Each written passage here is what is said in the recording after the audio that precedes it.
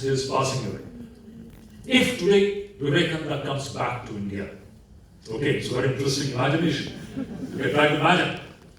Suppose if Vivekananda comes back today in 2025, just imagine Vivekananda is in this hall, 5th July, he's sitting here, and he's seeing the present day India. What will be his response? It's an important point for all of us to think. Have we really followed the path shown by this great master? Absolutely no. Especially Bengal, I would say. Bengal has not yet taken Vivekananda seriously. I feel so sad. Every year we celebrate Vivekananda's return from America in the month of January. 19th January we celebrate that day. I just wonder, in Siala station, when we are celebrating Vivekananda, there are hardly some 100, 200 people assembled there. Where we should have seen millions and millions of multitudes gathering in the name of Vivekananda, this has still not happened in Bengal. That is why this has got this very, I should say, it's a very sad story in Bengal. Why is this? Bengal should have been on the forefront in leading the nation today, which is totally lagging behind, because it has not taken Vivekananda the way it should have been taken. Now, today, if Vivekananda comes to India, of course, there are many reasons for which he would have been very glad.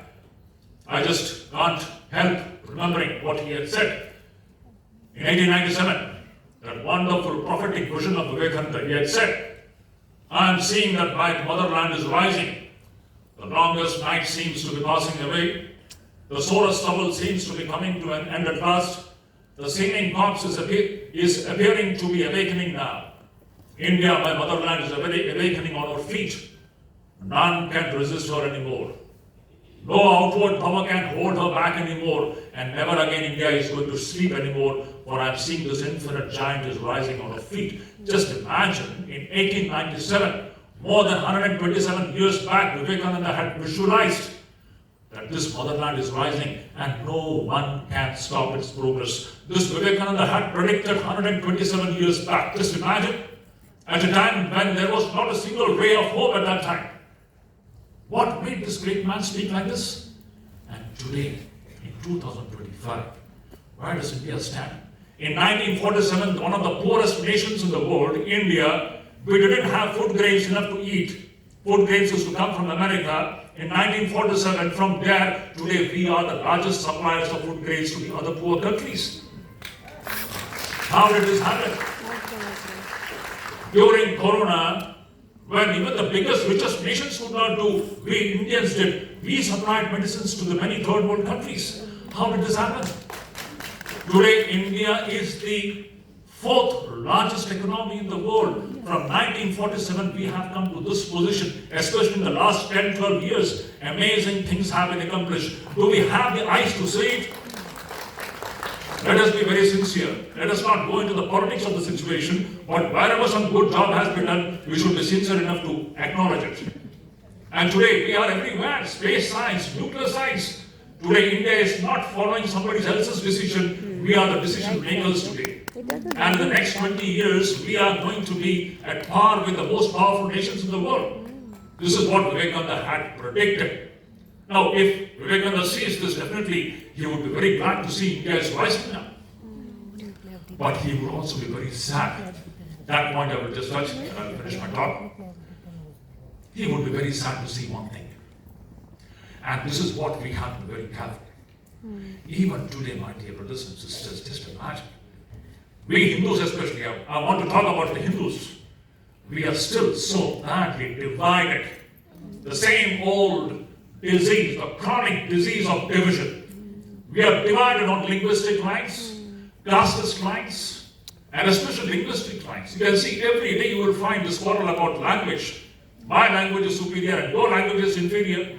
This, when are we going to grow up? You will see that Tamilians don't talk to the Kannadigas, Kannadigas won't talk to Tamilians, Marathis have problem with the Hindi people, Bengalis have problem with the non-Bengalis. When are we going to become one people? Swami Vivekananda, literally he would shed tears.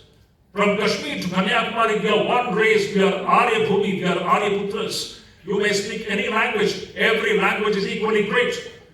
I always keep on saying, see what we have to learn. Every North Indian should learn at least one or two South Indian languages and break the language barrier.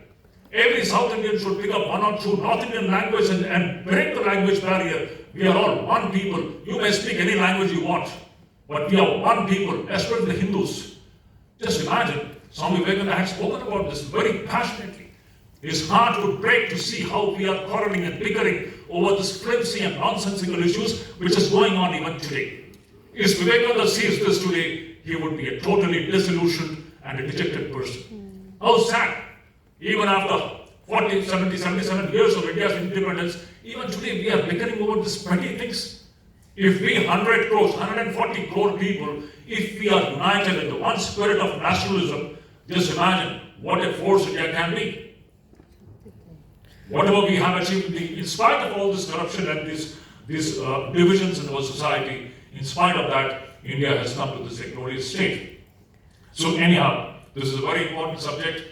In the matter of just 25-30 minutes, I can go on like this.